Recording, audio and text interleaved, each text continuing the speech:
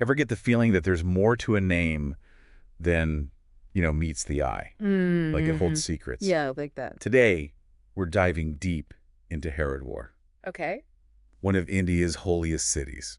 Oh. And trust me, the name itself is just the beginning, right? You're absolutely right. It's like that old saying, the journey of 1,000 miles begins with a single step. Right. And in Haridwar's case, that journey starts with understanding its name. Okay, so let's unpack this. We've got Haridwar, sometimes spelled Hardwar. Right. What's the deal with the two spellings? So it's not just a spelling quirk. Right. It actually points to the city's very unique position at the crossroads of two major pilgrimage routes. Okay. Haridwar, with an I, translates to gateway to Vishnu, Okay. which reflects its role as a starting point for journeys to Badrinath, which is a major Vishnu temple. So pilgrims would use this as like a base camp Exactly. to sort of immerse themselves in the spiritual vibes before heading off on their quest. Exactly. And then there's Hardwar with an A. This one means gateway to Shiva. Oh, wow. This spelling highlights its significance for those embarking on the tough pilgrimage to Mount Kailash and Kedarnath, both of which are sacred to Shiva devotees. Wow. So the name itself reflects these two major spiritual paths. Yes. Flowing from this one city. Exactly. That's fascinating. It is. Is there more to the story? Absolutely. Haridwar was once known as Mayapuri, Okay. which connects us to the goddess Maya Devi and her ancient temple, which still stands today. Wow. It's a glimpse into the city's rich history layered beneath the surface of its current name. Okay, you've definitely piqued my curiosity about Maya Devi. Yeah. But we can't talk about Haridwar without mentioning the Ganges, right? Yeah. It's not just any river flowing through. It's deeply intertwined with the city's identity. Precisely. Legend tells of King Bhagaratha, who performed intense penance to bring the Ganges down to earth from the heavens. This act was meant to free his ancestors from a curse. And this story is still alive in Haridwar's rituals today. Hold on. So this links to the Hindu belief in reincarnation and ancestral karma, right? Yes. So it's like bringing the heavens down to earth to change fate. Exactly. That's intense. It really is. Yeah. And get this. The spot where the Ganges supposedly first touched down is Harki Pauri, Okay. the most sacred bathing ghat in the city. Wow. To this day, people believe they can cleanse themselves of their sins in these waters. Powerful. It's a powerful example of how deeply spiritual beliefs are woven into the very fabric of this place. It's incredible how a story from, thousands of years ago still holds so much power. I know. It makes you think about how faith shapes not just beliefs, but like entire cities. Yes, Yeah. exactly. Yeah. And speaking of looking back in time, we have accounts from the 7th century Chinese traveler Huansang, who visited Haridwar and documented what he found. Oh, I love a good travelogue. Right. What treasures did he uncover? So Huansang called the city Moyulo. Moyulo. Okay. And amazingly, ruins from that era still exist in a place called Mayapur, just south of modern Haridwar. Wow. We're talking about physical evidence of a 1,400-year-old city coexisting with the Haridwar we know today. That's amazing. It's like layers upon layers of history. Yes. What else did he have to say? His writings provide a tangible link to the past. He even described a temple named Gangadvara, meaning gateway of the Ganges, Wow. further solidifying the city's ancient bond with the river. Mm-hmm. These accounts offer a window into how Haridwar might have looked and functioned back then. It's fascinating how these old accounts make the present so much richer. Yeah. So from ancient names to legendary rivers and travelers' tales, we're starting to uncover the heart of Haridwar, right? Yes. But it's also a city of temples, Yes. each with its own story to tell. Absolutely. And perhaps the most visually stunning experience is the Ganga artist ceremony held each evening at Harki Pauri. Let's dive into that. I've heard it's breathtaking. What makes it so special? Imagine this. As the sun begins to set, casting long shadows across the city, a hush falls over the ghats along the river. Okay. The air grows heavy with the scent of incense, and the rhythmic chanting of priests echoes across the water. Okay, wow, you're really setting the scene here. Yeah. It sounds almost magical. It truly is.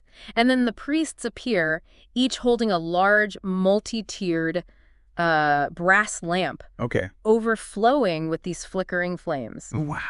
They move these lamps in a synchronized dance, Okay. creating these mesmerizing patterns of light that reflect and shimmer on the river surface. So it's more than just light, it's a performance. Exactly. Like a story being told through movement and fire. Exactly. And the atmosphere just crackles with energy, you know? Right. You have the chanting, the bells, the scent of incense mingling with the scent of the river. Right. And then people begin to release these little leaf boats Yeah. onto the Ganges, each one carrying a flickering candle and vibrant flowers. I've seen pictures of those. It always seems so symbolic, you know?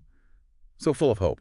It is. Each little boat carries a prayer, a wish, or a hope, and they drift downstream, transforming the river into a constellation of tiny dancing flames against the darkening sky. It's breathtaking. Right. And during festivals like Diwali, Right. the ghats themselves are illuminated with thousands upon thousands of oil lamps. It's interesting how, in a city full of streets and buildings, it's the river that emerges as this like true heart of it all, Absolutely. And like a heart, it has its own rhythm, its own energy. It draws people in, making Haridwar truly special. Okay. But of course, Haridwar isn't just about Har Ki Pauri. The city is home to many other temples, right, each with its own unique character and story. Yeah, let's talk about some of those. Okay. What about the Mansa Devi temple? I read that getting there is an adventure in itself. It is. It sits high atop Bilva Parvat. Okay. And you can actually reach it by cable car. Oh, wow. Talk about incredible views. Right. The temple is dedicated to Mansa Devi, a goddess believed to grant wishes. A mountaintop temple, a wish-granting goddess, a cable car ride. Yeah. That sounds like an experience I won't soon forget. You're right about that. Yeah. And then there's the Maya Devi temple. Back to Mayapuri. Yes. The city's ancient name. I'm sensing a connection here. It's no coincidence. This temple is incredibly significant. Okay. Dating back to the 11th century, it's dedicated to Maya Devi, the patron goddess of Haridwar. Okay. It's also believed to be one of the Siddhapithas, that is, a place where a part of the goddess Sati's body is said to have fallen to earth, connecting it to this powerful and ancient myth. Okay, so we're talking about ancient mythology, sacred geography, 1,000-year-old temple. Yeah.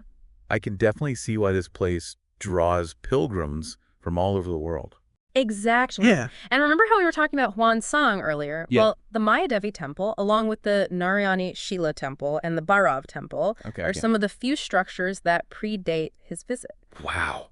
So they offer a glimpse into an even earlier chapter of the city's history. Yeah. It's amazing to think that a place so rooted in the ancient world is also a thriving modern city. That's the other fascinating thing about Haridwar. Right. It's not frozen in time. Right. Alongside these ancient temples, you have modern industries like BHEL, a massive engineering and manufacturing company, and SIDCUL, an industrial estate that's attracting major companies like ITC and Hindustan Unilever. It's like two worlds colliding. Yeah. Ancient spirituality and modern industry. Yeah. Not just coexisting, but like thriving together. Exactly. Yeah. It speaks to the city's incredible ability to evolve and adapt without losing its unique identity. Right. And speaking of holding on to the past, let's talk about something truly unique to Haridwar, the Vahis. The what now? I have to admit you've lost me there. The Vahis. For centuries, priests known as pandas have been meticulously maintaining genealogical records for Hindu families. Okay. We're talking about massive handwritten books passed down and updated through generations, containing a vast and detailed record of family histories. It's like a gigantic, living ancestry database. Yes. Specific to this one city and preserved for centuries. You got it. Wow, okay. It speaks volumes about the enduring connection people feel to Haridwar. Right. Generation after generation, they return to update these records. Right. To keep the thread of their lineage alive, intertwined with the history of this place. Okay, you aren't kidding. No. That is incredible. Yeah. We've got ancient history, vibrant rituals, a city evolving with the times. Yes. And then this treasure trove of genealogical history, carefully preserved, hidden in plain sight. And we're just scratching the surface of what makes Haridwar so compelling. Right. Think about it. Those Vahis, those meticulously kept records, have witnessed Haridwar's transformation over centuries. Now that you mention it, it's like they hold a secret history of the city. Yes. They've seen empires rise and fall. Yes. Watched cultural landscapes shift. Witnessed the ebb and flow of of faith itself. Precisely. They offer a unique perspective on Haridwar's journey through time, Right. its ability to remain a beacon of faith while embracing progress. Right. They're more than just family trees. They're historical chronicles in their own right. This is blowing my mind. I know, right? What stories could they tell if we could just, like, unlock their secrets? Exactly. Imagine the whispers of pilgrimage, the echoes of family legacies, the city's evolution as seen through the eyes of everyday people. It's a fascinating thought, isn't it? Yeah. To trace the footsteps of pilgrims from generations past, to understand how their experiences shaped their family's connections to the sacred city. It's like piecing together this giant mosaic. Yeah. With each family's story, like forming a tiny tile. Yes. That contributes to this, like, a larger picture of Haridwar's identity across time. Exactly. And it makes you wonder, what would those stories reveal about the interplay of faith, culture, and progress in shaping Haridwar's identity over time? What a thought to end on. This whole deep dive has been incredible. Yeah. I feel like I've not only learned about Haridwar, but almost like experienced it firsthand. That's the beauty of really delving into a subject, you know, connecting those historical dots and unearthing these hidden gems. Yeah. It deepens our understanding and appreciation for these places that have shaped our world. Couldn't have said it better myself. Yeah. So to our listener, we leave you with this. The next time you encounter a place steeped in history, don't just observe, right? Imagine those stories waiting to be unearthed. Yes. The connections waiting to be made. Exactly. You might be surprised by what you discover.